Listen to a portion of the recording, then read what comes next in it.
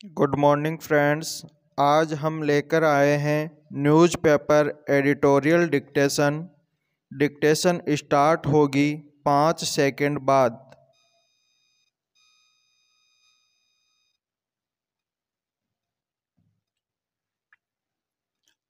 आज़ादी के 7 दशक बाद भी अगर देश में बहुत सारे स्कूल, पेयजल और शौचालय जैसी बुनियादी सुविधाओं के अभाव और उससे उपजी समस्या का सामना कर रहे हों तो शिक्षा की सूरत का अंदाज़ा लगाया जा सकता है। विराम। हर अध्ययन रिपोर्ट में इस समस्या को स्कूली शिक्षा में सुधार की सबसे प्राथमिक जरूरत के तौर पर दर्ज किया जाता रहा है। विराम। हालांकि शिक्षा की तस्वीर बेहतर बनाने का मकसद हमेशा ही घोषित तौर पर सभी सरकारों की कार्यसूची में सबसे ऊपर ही रहा है। विराम। मगर हकीकत यह है कि दशकों से यह एक तरह से आश्वासन ही बना हुआ है। विराम। गौरतलब है कि शिक्षा की वार्षिक स्थिति रिपोर्ट यानी ASER 2022 में फिर यह उजागर हुआ है कि देश के करीब 1/4 स्कूलों में आज भी पीने के पानी की सुविधा नहीं है। विराम। इसके अलावा लगभग इतने ही यानी 1/4 स्कूलों में विद्यार्थियों को शौचालय की सुविधा हासिल नहीं है। विराम। ऐसी स्थिति में राष्ट्रीय स्तर पर शिक्षा के अधिकार से जुड़े स्कूली मानकों में अगर अपेक्षित के बजाय मामूली सुधार दर्ज किया गया है तो यह कोई हैरानी की बात नहीं है। विराम। पैरा। सवाल है कि आए दिन देश की शिक्षा व्यवस्था को वैश्विक आयाम देने के वादे आखिर किस बुनियाद पर पूरे किए जाएंगे।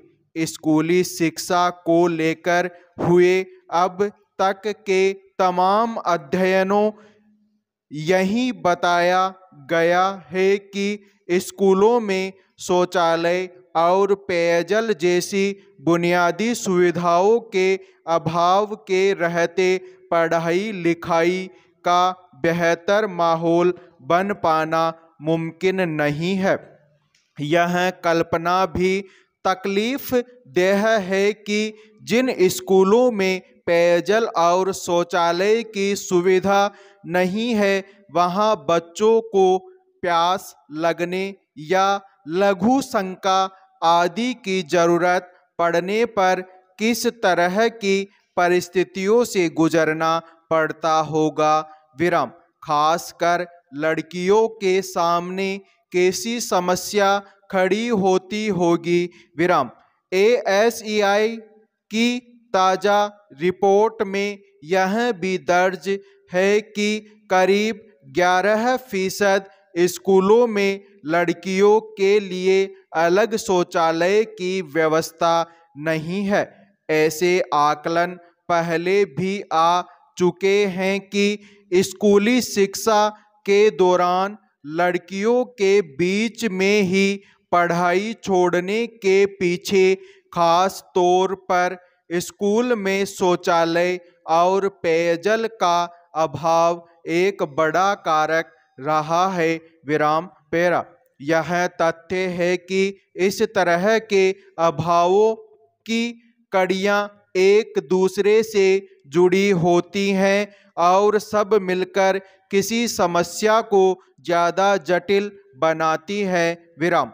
पीने का पानी और शौचालय न केवल स्कूलों बल्कि हर जगह के लिए एक प्राथमिक जरूरत है। विराम।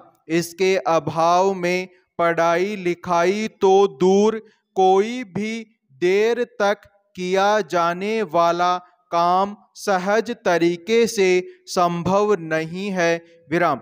इसके अलावा शिक्षा के क्षेत्र में तकनीकी के बढ़ते दखल और उस पर निर्भरता के दौर में अगर देश भर के 77% से ज़्यादा स्कूलों में बच्चों के इस्तेमाल के लिए कंप्यूटर उपलब्ध नहीं है, तो सहज ही अंदाज़ा लगाया जा सकता है कि इतनी बड़ी तादाद में स्कूली पढ़ाई लिखाई का हासिल क्या हो रहा होगा। विराम। यह समझना मुश्किल है कि अन्य मामलों में ढांचागत विकास पर बेहिसाब खर्च करते हुए सरकार को स्कूलों में जरूरी सुविधाओं को पूरा करना प्राथमिक क्यों नहीं लगता है। विराम। यह कहने की जरूरत नहीं कि अगर देश में शिक्षा की सरकारी व्यवस्था इतनी व्यापक और चिंताजनक खामियों से गुजर रही है, तो ऐसे में कैसा भविष्य बनने वाला है। फिर जिस शिक्षा का अधिकार कानून के भरोसे हम इस क्षेत्र की सूरत संवारने की कल्पना करते हैं, वह मकसद कहाँ तक हासिल किया जा सकेगा। विराम।